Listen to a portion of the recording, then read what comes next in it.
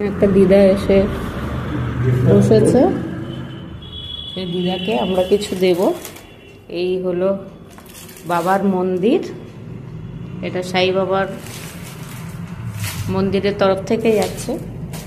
এর মধ্যে আছে কি দিচ্ছে, চাল আছে, ডাল আছে, দুটো ফল আছে, শসা, কলা, চাল, ডাল, এই যে যাচ্ছে। দিদা ভালো আছো? দরজাটা বন্ধ করো, নাও।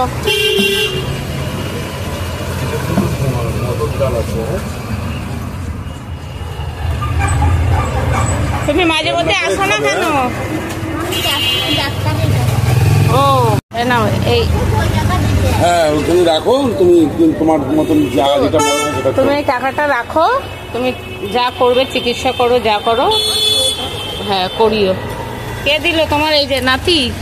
চাল ডাল এরপর লাগলে এখানে আসবে, আমার এখানে যেটা লাগবে এসে আমাকে জানাবে, ঠিক আছে? আমি যেটুখানি পারবো আমি দেবো, ঠিক আছে?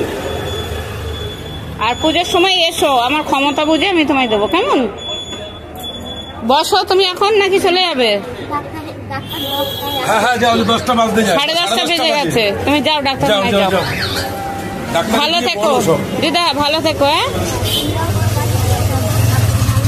হ্যাঁ, সবাইকে ভালো রাখবে। আমরা ভালো থাকবো।